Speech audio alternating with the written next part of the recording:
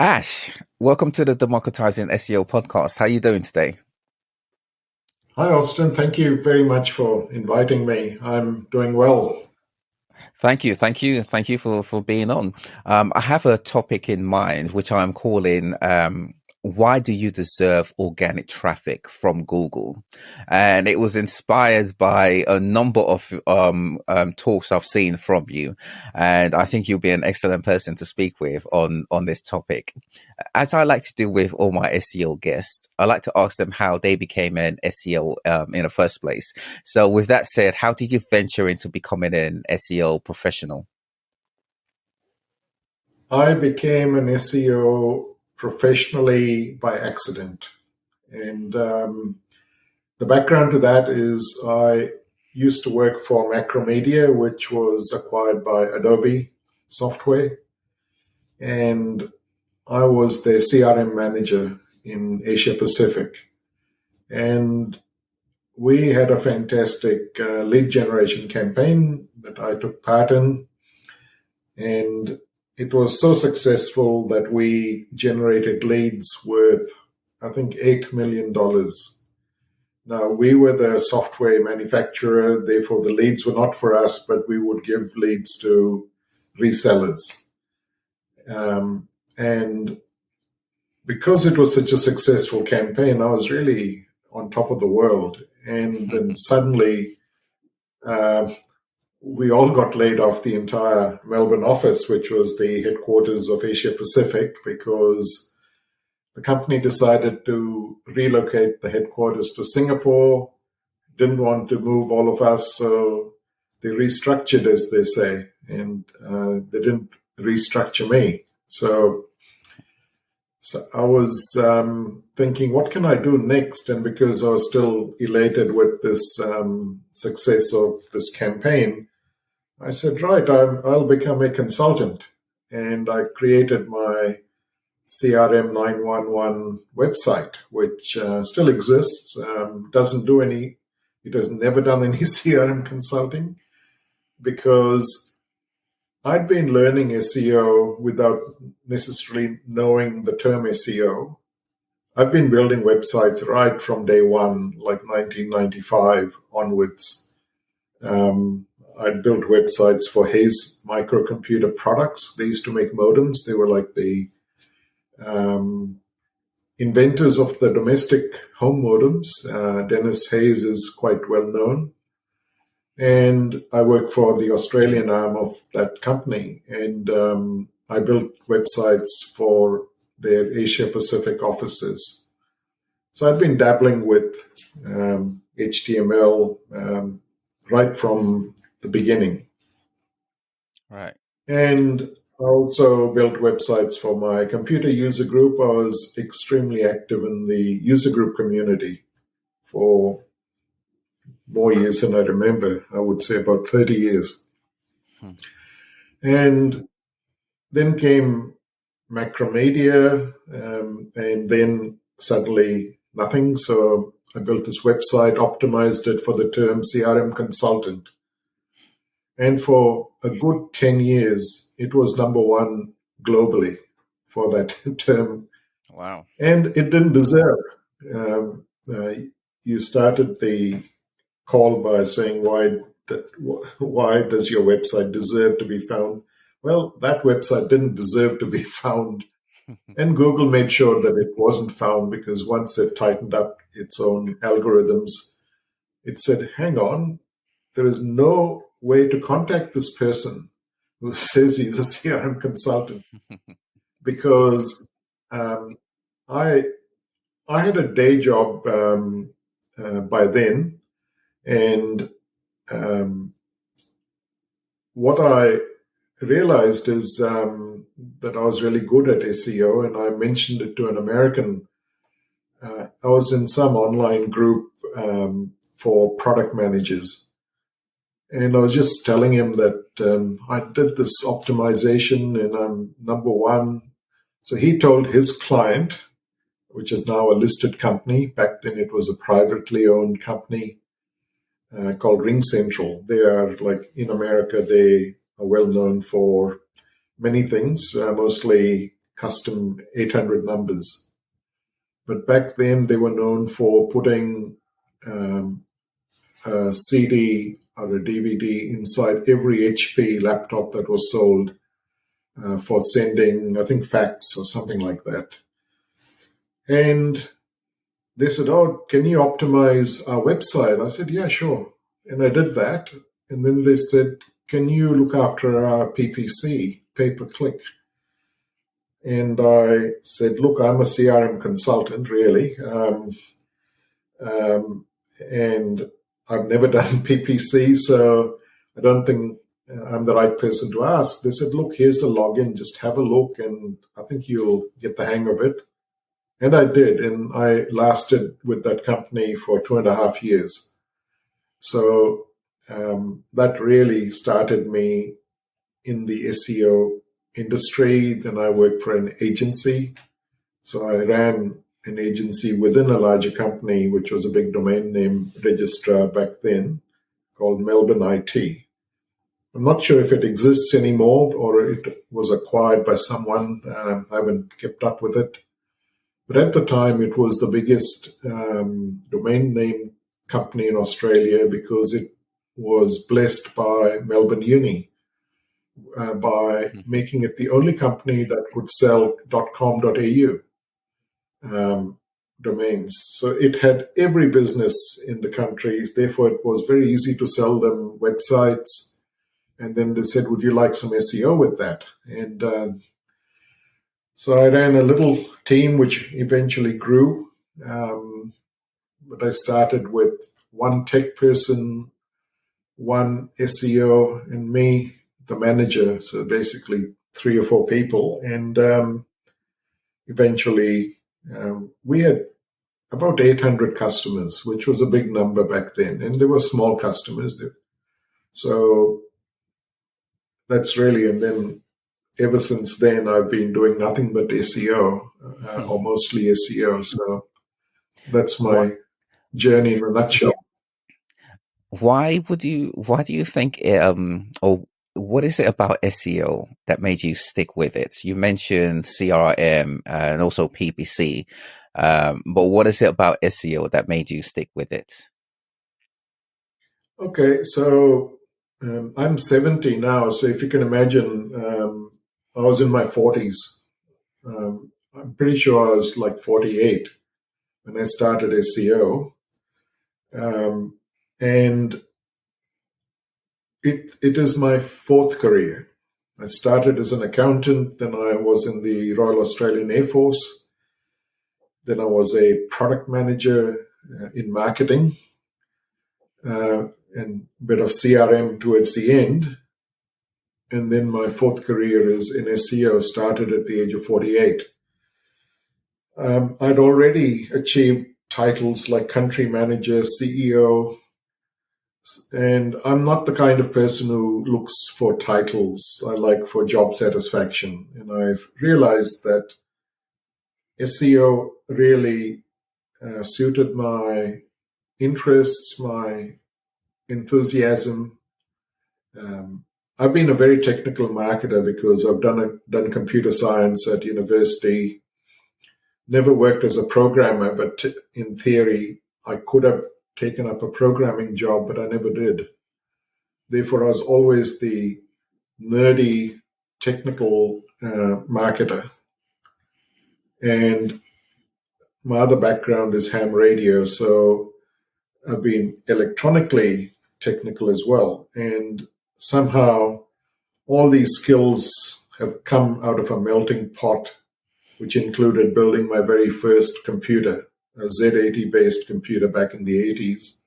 It was an Australian design, built from a kit, so it had to be soldered by me. There was no other way because I couldn't afford an Apple II, which was 3 times the price. And when you're a young father, or maybe, no, I wasn't even a father then, but a married person with an Air Force salary, I couldn't afford an Apple, so I had to build one. So I've always been that hands-on person. And SEO, technical SEO, is a natural fit for that kind of a background. Mhm. So I have stuck with it. And even now, technically I could retire, but I have no wish to retire unless my body gives up or something happens to make me. uh, but I guess I could say that I'm in my last job before I completely retire, although I said it at the previous company and then they downsized me. So that can always happen, but I like to think that I'll be here for a few more years. This is the beauty of SEO, isn't it? It attracts all sorts of mindset, right? So you can have a creative mindset, you can be technically inclined. It's very wide and fast, which is one of the reasons why I love it to this day. Now, I'm sure you'll be familiar with the term enterprise SEO. I say on show because I've heard you talk about it quite often. Where did this term emerge from? It was sometime in the 2010s. Can you give a bit of background into how this term emerged into the industry? Um, you probably have looked it up, whereas I haven't. But I'd say that maybe you're right. Um, it's been called corporate SEO, um, and enterprise SEO must have come around the same time. So I guess the distinction started to strengthen because the larger companies were not the initial implementers of SEO. It was really hard to convince large companies that they needed SEO. And therefore, the earliest SEO, when I started working for an agency in 2005, was hand-built sites written as static HTML pages. Even WordPress hadn't fully taken off. So those websites were straight text on HTML, maybe a form, and that was about it. And many small businesses were quite happy to have a simple website like that built for them. It wasn't until um, the mid 2000s that corporate started building data-driven websites. So I worked for Macromedia, and one of our products was Dreamweaver, which was like the standard text editor for developers. And Macromedia also sold Cold Fusion, which served as the database for some of those websites. Other people use some other databases, but it was the start of the data-driven websites, and little by little, the catalog-based websites started emerging as companies realized that they could load a complete catalog of products into a database and then present them. So by the mid 2000s, these websites started appearing. So we started seeing the likes of eBay, and directory sites were really hot. So Yahoo Directory and the others were spreading the idea that, okay, this is the way for other companies to join them. So enterprise SEO started becoming more specialized as individuals discovered that the learnings from the small website background were not necessarily applicable when you suddenly realize that you had to talk to developers who had no clue about SEO. They just built websites any way they thought was right. And that was quite a challenge in those days. Towards the late 2000s, I started encountering project managers and program managers and concepts like that, which were new at the time. And they would come to me with these weird justifications, or rather, I had to give them those justifications. And they would say, why is your SEO request more important than putting this little widget on the website? Will it make more money than that widget? And so quite early in the piece, I realized that, okay, SEO at the enterprise is not just technical stuff. It's also learning about agile methodology. It's learning about corporate politics and corporate budgets and many things that are not part of a standard SEO's toolkit. And even along the years, I meet other enterprise SEOs, and when we start talking, it becomes really apparent that we live in different worlds even now. And I work in a large international company, and my counterparts, when they describe the way their website is built and the technology they use, it is quite different. So you can speak in very generic terms, but you can't go down and start talking about tools like an SEO for a small website can talk about WordPress, and within a small room of SEOs, I would say 80 to 90% of that room would be able to have a good conversation with them about WordPress.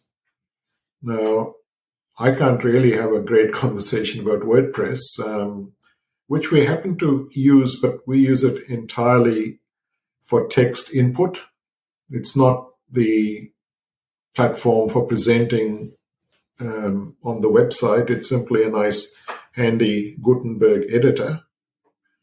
So you get specializations like that where we can talk about Shopify, for example, but the way we use Shopify, how we integrate it, could be completely different with the way WordPress would integrate with Shopify.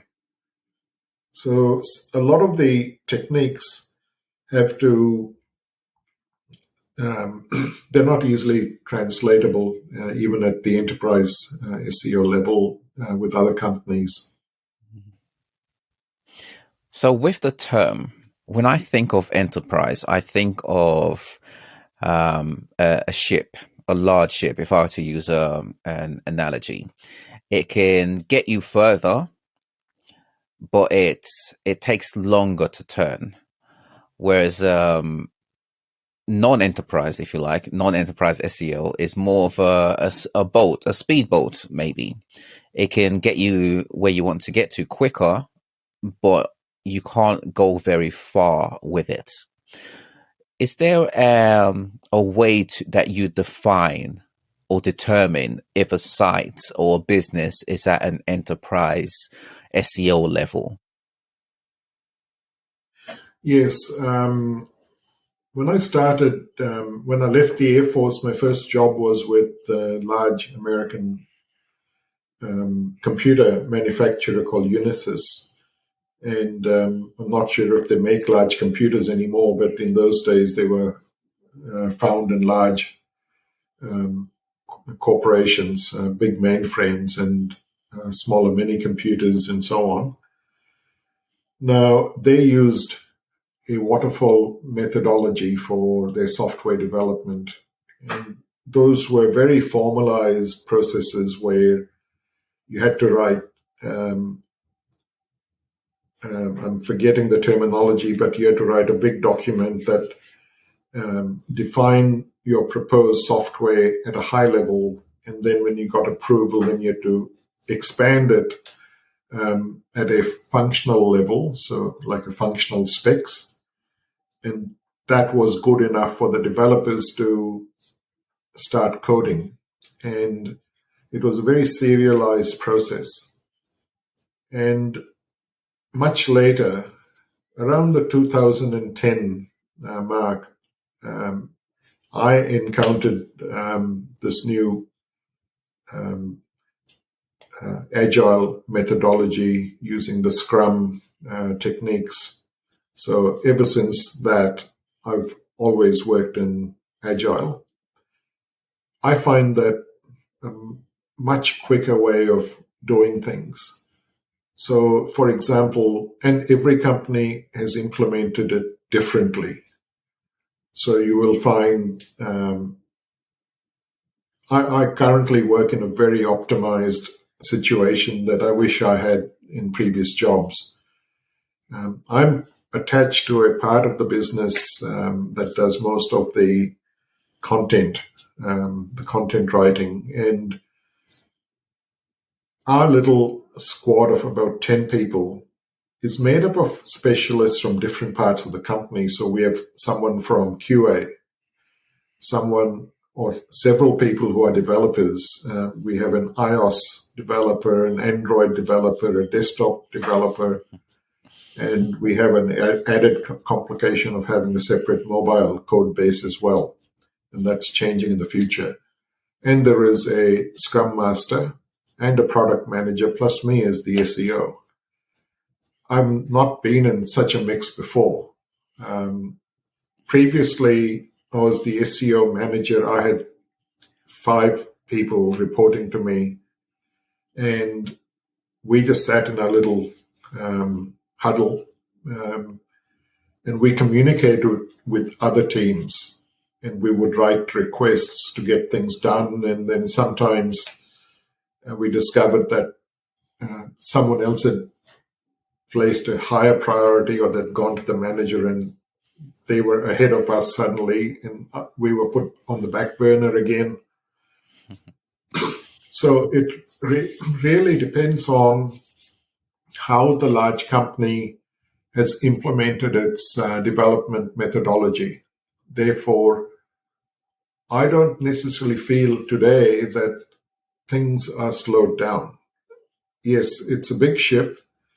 And for example, the new website that we are designing is on a 2-year trajectory, simply because everything gets designed from scratch without necessarily throwing out what we have today.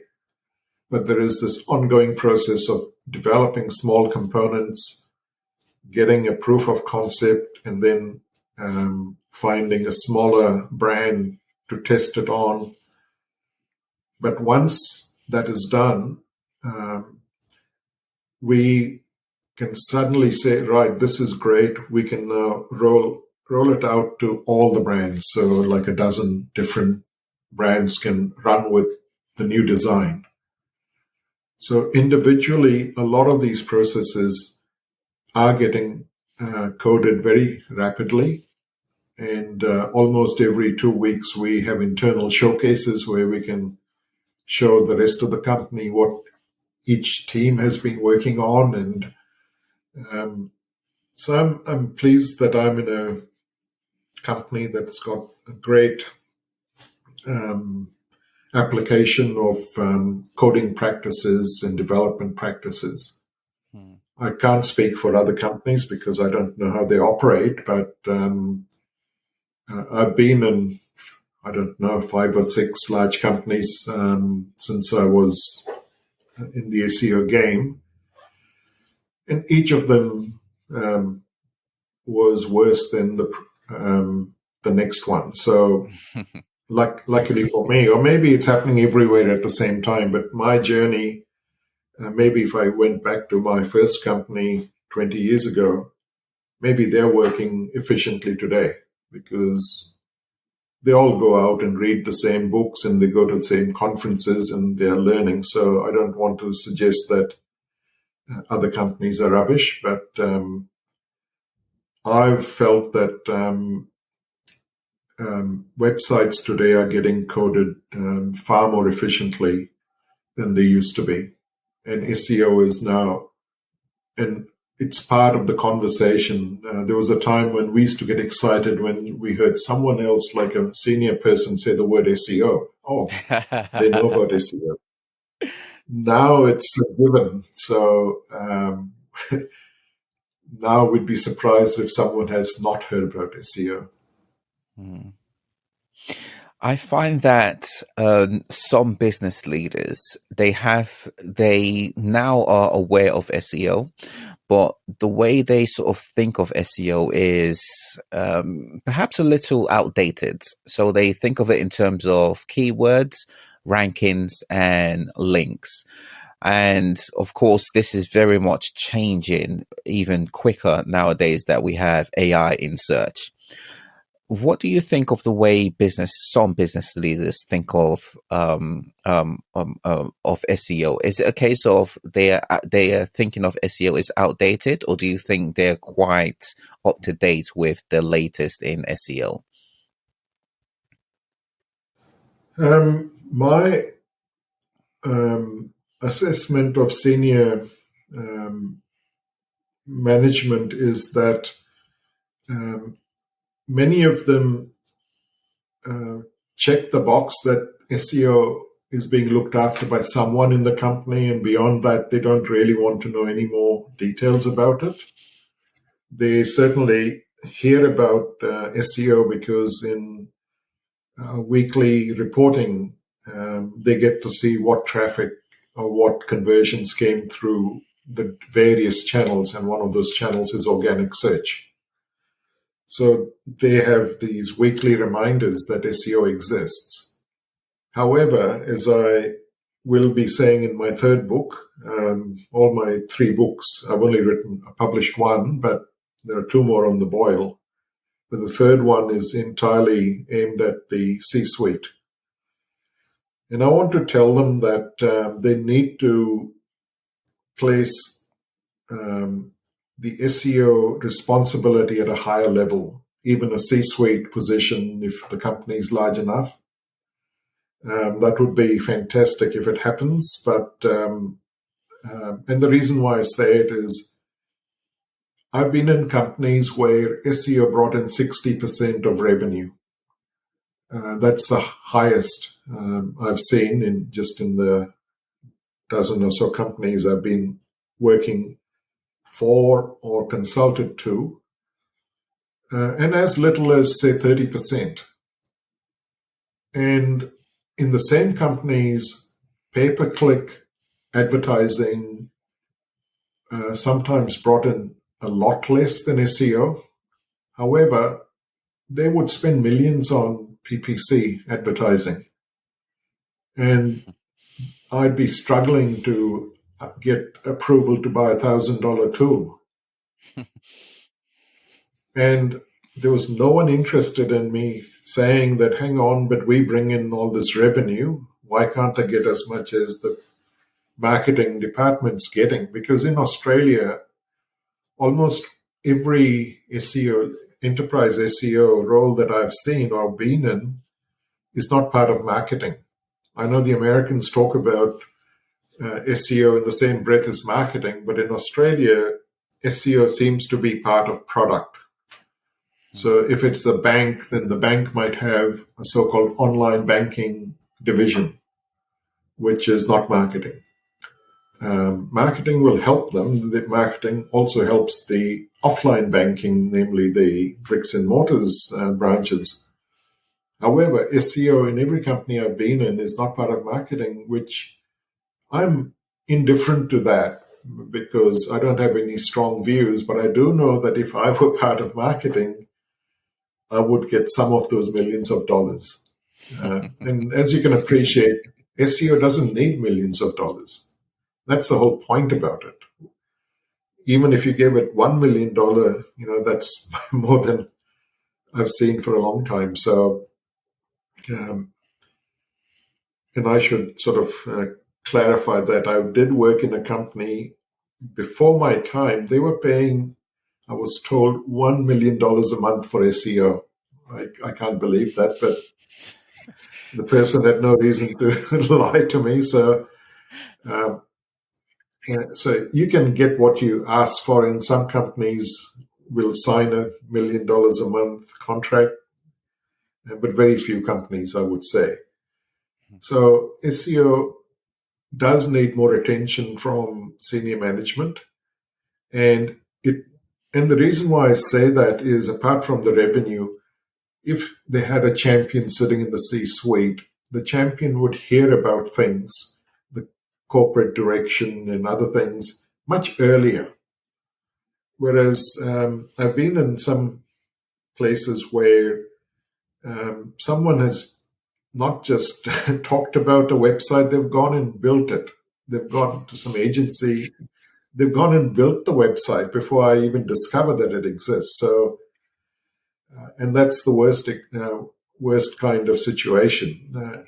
Okay, it's a minor site and they've got some good excuse for it, but SEOs play a much wider role, like selecting domain names, doing some research in advance before major decisions are taken. I've been in a couple of companies where the CEO would ask me to research another company, and they'd say, don't ask questions, just tell me everything you can, because they were thinking of perhaps acquiring that company, and they didn't want to tell me all that. They simply said, just do some research for me. And I could guess that was the reason for it. So I'd apply my searching skills, and I did it at two places. So the SEO team is capable of helping the company in other ways apart from the traditional concept of keywords and meta tags. So I hope that senior management is aware that we don't worry about meta tags and meta keywords as much as we did 20 years ago. I try and use language such as entities and try and explain how entities are the way to look at things. And in my own, I have a couple of private clients, because I had them before I joined the company, and I got the permission to manage these two little companies. So it keeps my fingers wet in WordPress and other things. But I've found that small company owners can be just as ignorant about the details. And sometimes they'll just say, well, we are doing so well in SEO, why do we need to keep paying for SEO? So and that was a very common method. And I'd say a majority of consultants have felt that they give this great success, and then the client thinks, well, we're number one, how much higher can we go? And they forget that if you stop doing SEO or even checking where you are, one day your competitor might be ahead of you. On that, then, isn't SEO sort of like a right for having one's website crawled by Google? Yes. Every website owner would like to be on page one, and that means they deserve to be crawled by Google. And I'm finding, even with a large company with millions of pages, Google still doesn't crawl 100% of pages anymore. Maybe if you've got a small personal site, like I've got personal sites of maybe 10, 15 pages, or even my blog, which might be a few hundred pages, I would say they are crawled 100%. However, Google is now rationing its crawling, and I see discussions by many SEOs who are saying that, why hasn't my latest article been crawled? And even if I force Google to visit it, it ends up in the crawled, not indexed category. And that's many reasons. One could be the inconvenient truth that your content is really not interesting, to put it politely. And Google's got enough on that topic, or you have failed in one of the EEAT categories and Google doesn't think that you've got much to offer the world. So some people are discovering now that all their hard work is for nothing. And they used to be visited every day. Now Google hardly ever comes, and the rankings have also disappeared. But if we just talk about a standard enterprise, even a small, medium-sized company, does deserve to be found simply because it offers competition and it gives consumers a choice. So in that sense, if every business has done the right thing, they should be found for something. They may not get every product listed on page one, but as we know, long-tail keywords allow companies to be discovered for the most unexpected searches. And in that sense, I feel that anyone who has done their homework and followed these basic principles of EEAT, they deserve to be indexed and then presented in a search. So ranking is a separate issue, but at least getting in the index is something they can say that, well, they've achieved that and now we can get on with actual SEO.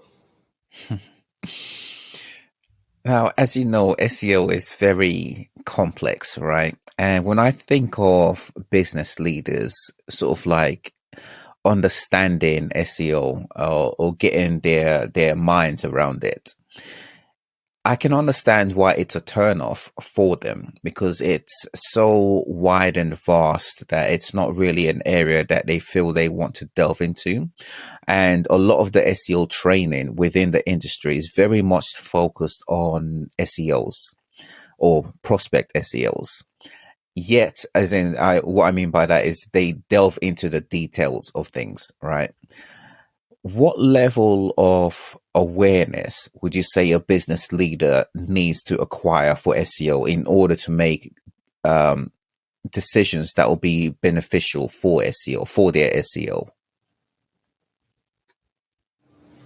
So my first book, which is already out there, Accidental SEO Manager, is aimed entirely at that person, because I've tried to describe what they need to know and why they need to know without telling them how to perform SEO. It's quite important that the manager doesn't have to become an SEO, but they must know all the language, all the aspects of SEO that exist out there, so that they can choose the right people to do the job, whether it's in-house or an agency or a consultant.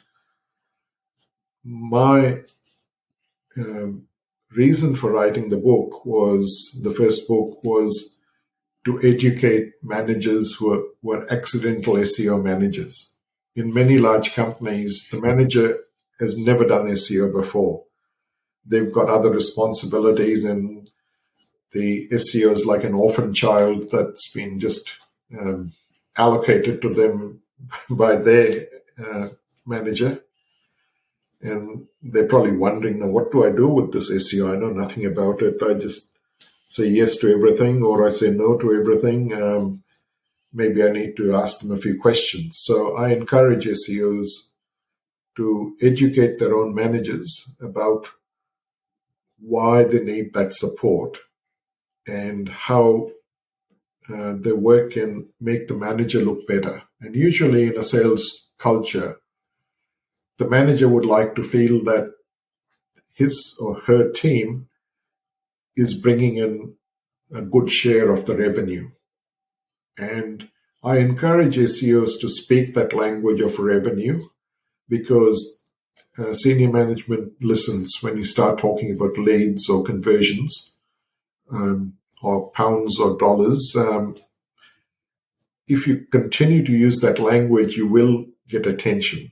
And if you said, well, I need to do this because I can show you how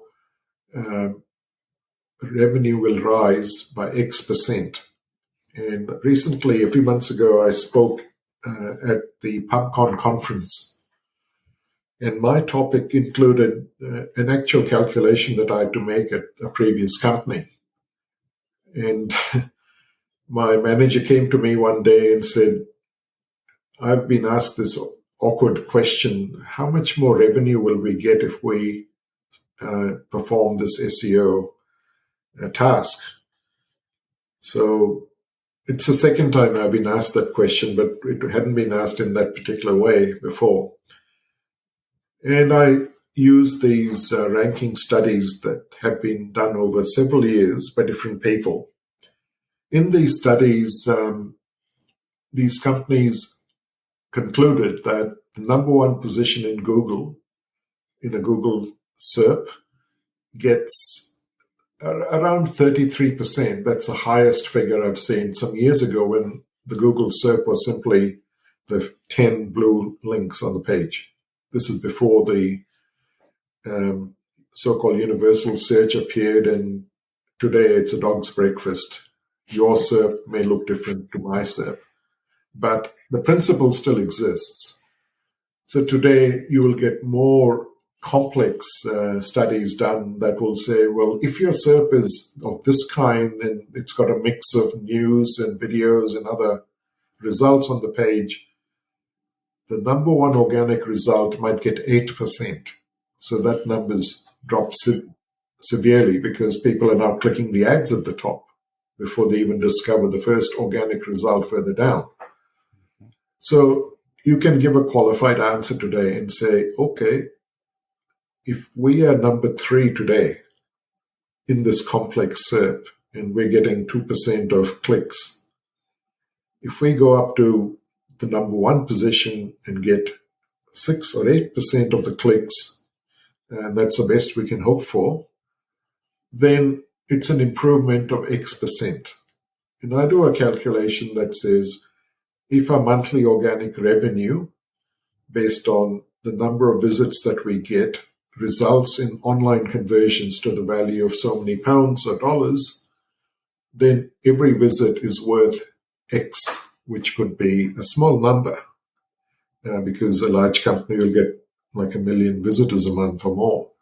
But you can come up with a number and then say, well, if we are making that money sitting at position 2 for our, and that's for a single keyword, you have to clarify that, the most important keyword, you can come up with a calculation. So in that previous company, I only had to do it for one keyword, and that was enough.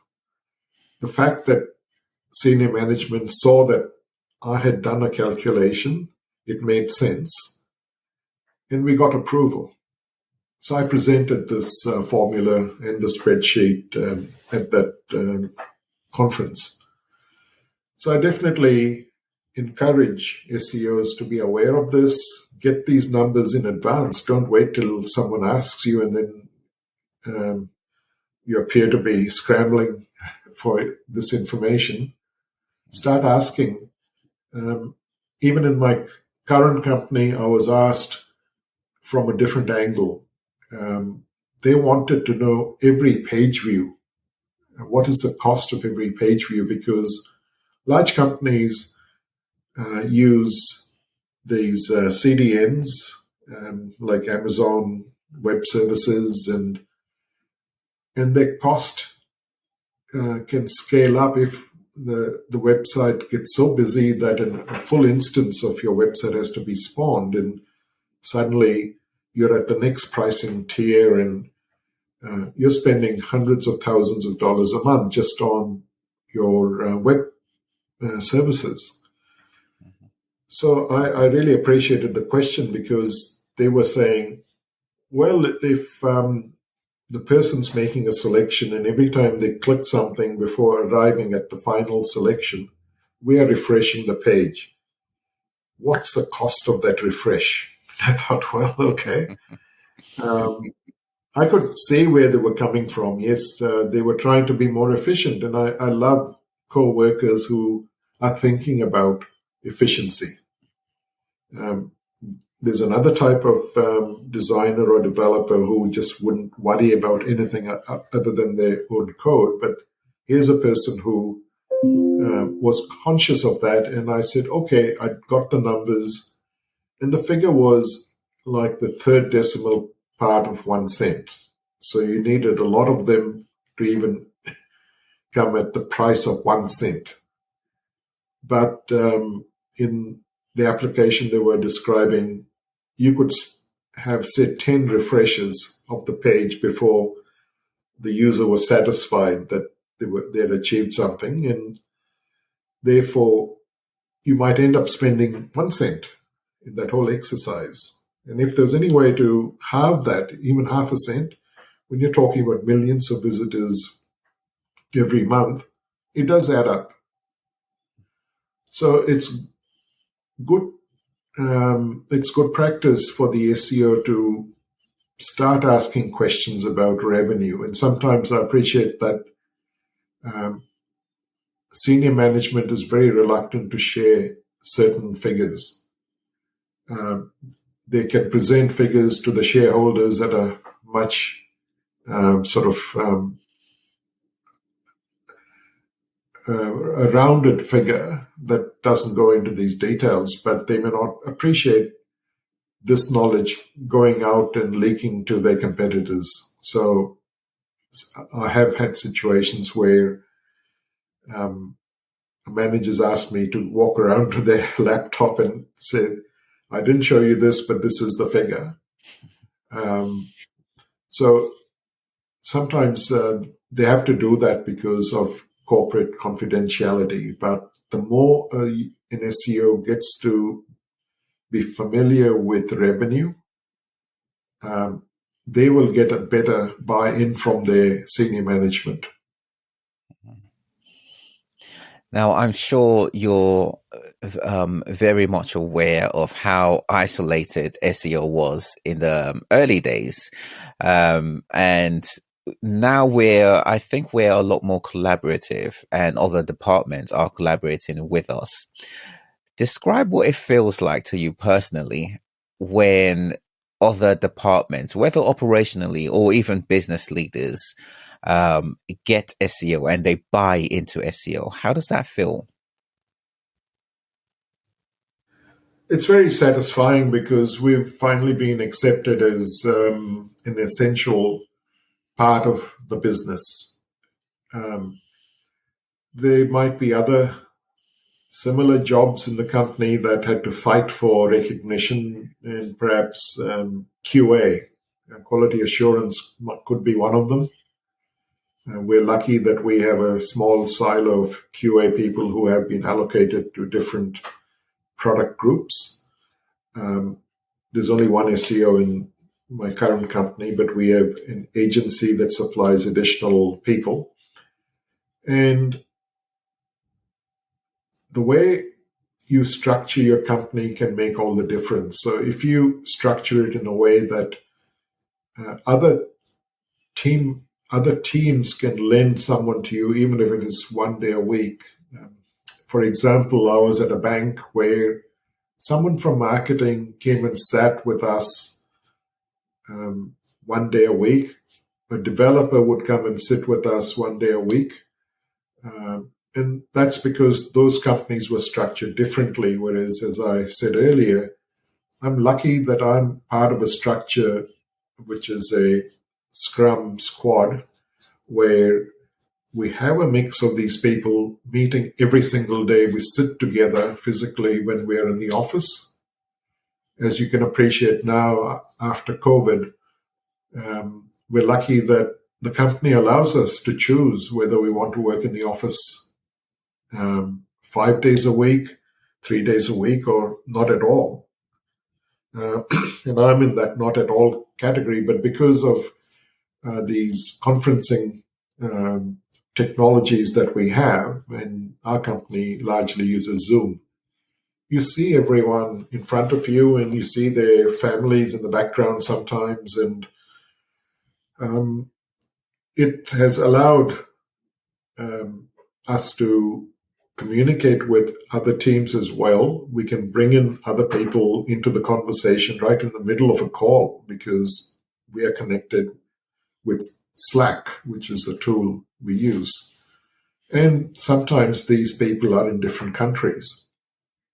So a very handy benefit for at least two of our members is they've got family commitments overseas. And 2 or 3 times a year, they just pack up and go to their country for a month at a time. And we don't have to tell them that they need to keep Australian hours. But for example, there's a guy who goes to India and he wakes up at 4 a.m. his time in order to meet at 9 a.m. 9:30 a.m. daily stand-up. And that's all we care about. And in fact, we wouldn't mind if he didn't, but he knows how important it is. So he joins us at that time. We've had a couple of people from Nepal who are doing the same thing. So that's a major shift that's occurred after COVID. And we're lucky. I read the news from the US where the large companies are ordering their staff to come back to the office. Not seeing that in Australia. Mhm. If I were to ask you how the typical C-suite person views SEO, what would you say? I would say at a very superficial level. They know it's important, but having appointed someone to do the job, they just expect them to get on with the work and not necessarily interact with them, because SEO is not at that level, meaning they don't report directly to C-suite, they're further down. Mm. Therefore, the SEO team is reliant on maybe 2 levels in between to pass on the message. So large companies tend to have a lot of town hall meetings, as we call them, where we get asked to present to the entire company if we are doing something innovative. As an example of that, and this was announced on LinkedIn, so I'm not giving away anything the company hasn't announced, but twice a year we run hackathons where we encourage teams to form themselves of up to 10 people, come up with an idea, get approval to proceed with their idea, and then build a proof of concept. So we have developers, we've got designers, and a good mix of people. So I was lucky to be in a team that chose to develop an AI search box. And we were successful. We won the People's Choice Award for what we call Smart Search GPT, which we're so confident will get incorporated into our website one day. That hasn't been announced, not just announced, but that hasn't been decided yet by management, but we're so confident that we're just talking about it internally as if that's a given. So my part of that was the SEO input into a search box, which it's not strictly, that doesn't have anything to do with search engines, but the way people search is where I saw the value of my input into that. Plus everyone that I know of plays with ChatGPT, and everyone's an expert in it. So I gave my little expertise, and I'm glad we won. So the C-suite hears about these small wins. And another example was a very thorny problem we had was how to get into Google News. I don't mean getting accepted into the Google Publisher interface. So Google has a interface called the Publisher Center. We were accepted like a year or two ago, but we were not appearing in Google News. And we had to go through so many processes, and this is even talking to Google directly. And all we could get out of those conversations is that we have violated some policy. And we were scratching our heads because we look just like our competitors, and but we went out of our way to do everything right. We had author pages and we linked correctly, and suddenly one bright day we were in Google News, and we still are.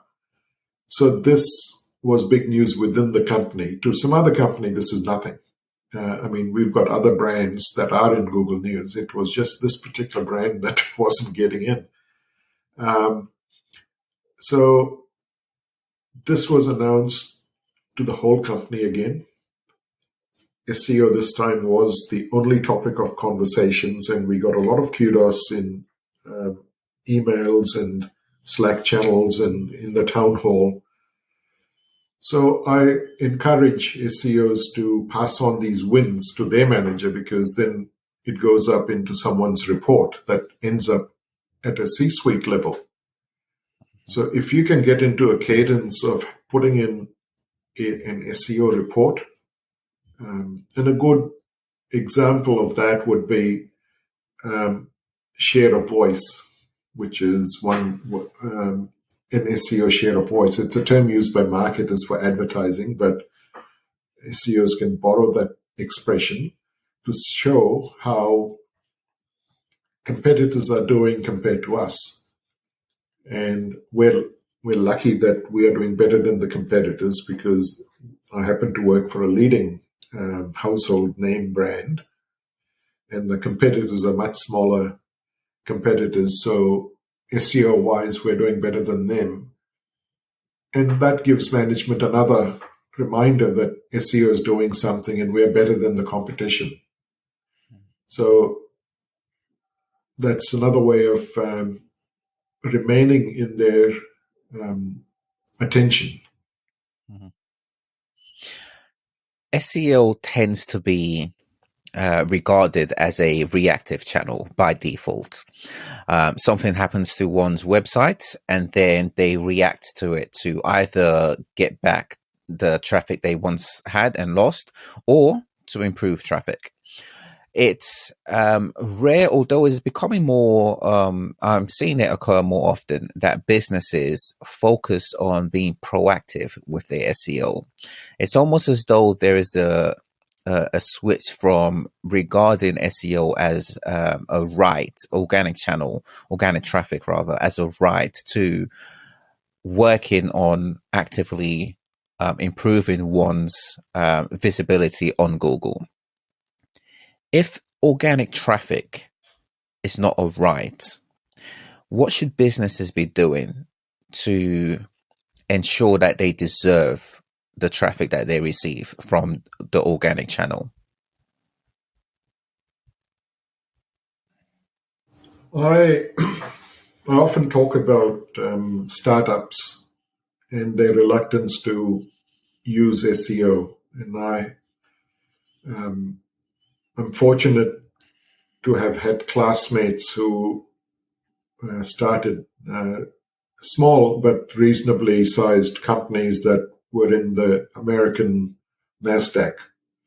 So they were not trivial companies. These were multi-million-dollar companies that they happened to start. And I found that when those founders moved on and started new companies, I said, you need SEO. And I wasn't saying you need me, because I'm in Australia, they're in America. And I still have one of these classmates who hasn't done SEO. I've approached him and said, "You'll make more money. What else do I need to tell you?" And he still hasn't done it. So if a company doesn't want to help itself, you can't help them. However, if they are educated about SEO in advance and they bring in an SEO right from the beginning, that's a utopia. I've never worked in such a company because I've joined existing large corporations rather than be in one for several years that eventually became big. I would say that these companies, can we just pause? I have to open the door. Sure. Sorry. Sure. No worries. Where were we? You're talking about what businesses can do to ensure that they're deserving of their organic traffic. So they need to be good corporate citizens. Therefore, their products need to be ethical, and consumers should want their products. And therefore, they need to make sure that they are promoting their company in the best possible light. And I don't mean by in terms of the language they use, but they need to make sure that they're meeting this acronym that we've talked about earlier, which is experience, expertise, trustworthiness, and authoritativeness. I got the last two in the wrong order, but if they can convince their customers that they have the experience to build this product, or they have the expertise to do that, and they'll get the experience in due course, and it's of sound quality, then all these factors should reflect in their website. So that's the job of the SEO when it comes to describing the content that goes on the website, but I'm talking about the product itself. So you make a great product or service, which in turn will attract positive feedback. So they get their reviews and their 5 stars and all the good things, which convince other buyers that this is worth looking at and maybe purchasing.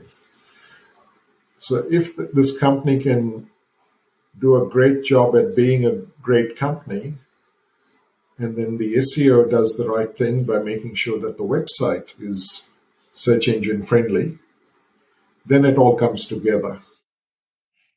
Absolutely. Ash, thank you so much for your time today. Now, you're also an author. Lastly, let's touch on your book or your books. You mentioned you have one that's published and 2 that's upcoming. Tell me more about them.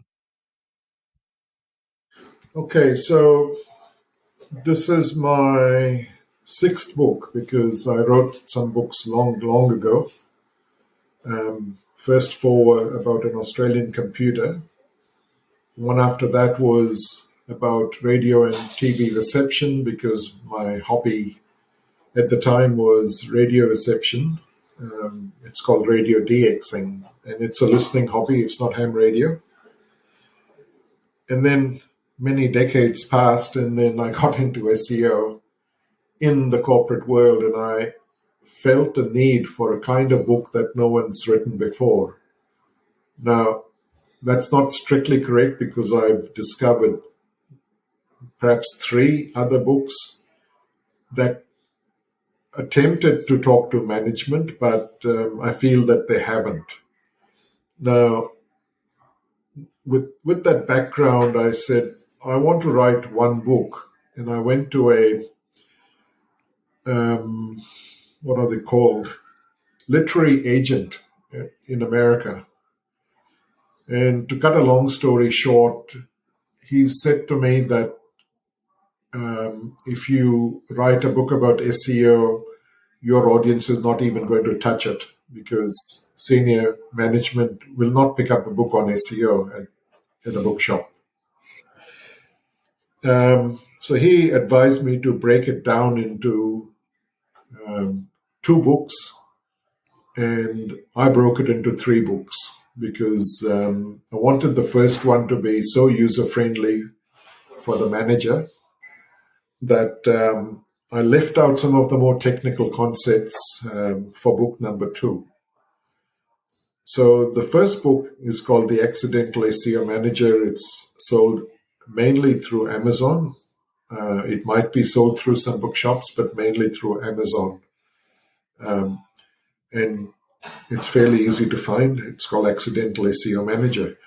And it talks about all the aspects of SEO, right from every important topic, whether it's algorithms or links or content. It talks at the level of why does the manager need to know about those topics, and to ensure that their staff are good at those topics. So I talk about how to recruit staff, how to hire an agency, how to write the RFP, RFQs, how to select a consultant if you want to work with a consultant. And in a way, I'm also addressing agencies and consultants with the book because it helps them understand what are the things their future clients are looking for and how best to present themselves. So the second book will include some of the more technical things that I didn't want to scare the manager. It won't be as thick, but it'll cover things like performance. So the Lighthouse plugin for Chrome is an example of some of the technical aspects. And I'm doing my best to not get too technical because some of those things are too technical for me. I have to admit that we as SEOs, even the so-called technical SEOs, are not developers. And certain things we have to take for granted. So I want to cover some of those topics in book 2. But the third one excites me the most because that's the one I'm still playing with a suitable title, and I keep changing my mind every few days. And I keep coming up with some really provocative titles like You're Leaving Money on the Table, or words to that effect, because I'm trying to think of something that will get their attention without saying the word SEO. One of my CEO friends said to me that do not put the word SEO on the cover. They will, if they buy it out of politeness, if they know you, but they'll buy it and they'll just put it on the bookshelf so it looks good. They're not going to open it. So I need to tell them why they need to elevate the position of an SEO so that they have a shorter connection path to the C-suite. And in one of my conversations with someone else, I said that the person in the C-suite who looks after SEO could be called the chief webmaster. We don't use the word webmaster these days like we did 20 years ago because there is no such person. It's no longer a single person in large companies that looks after the website. But you could call it the Chief Web Officer, CWO. And this title has existed for many years. If you look at LinkedIn, you'll get a handful of people, but it's not such a popular title, but I'd like to see it becoming more popular. And with the C title, they sit with the C-suite, and they might have other responsibilities, but SEO would get that visibility that it deserves.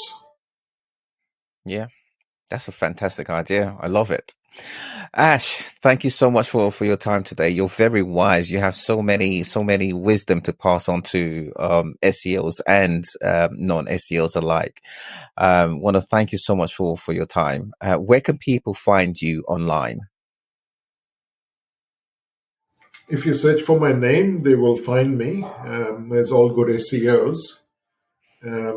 So my accidentalseo.manager.com is perhaps the easiest place because it links to my blog, which is mostly SEO related, but it goes much wider than that because my other hobby is amateur radio. And sometimes I'll put in a completely random topic in there. It's got a great list of SEO podcasts. So every year I do a long list, and it's the biggest in the world that I've found. It's like 75 or more SEO podcasts. So hopefully I will be adding this podcast to that list. And Awesome. that website is called netmagellan.com. So Magellan was a great explorer. That's why I chose that name. So it's www.netmagellan.com. Awesome. I'll have the link in the description so people can get in touch with you. Thank you so much, Thank Ash. you. Have a brilliant day, and we'll catch up again another time. Okay, thanks. Cheers. Bye now.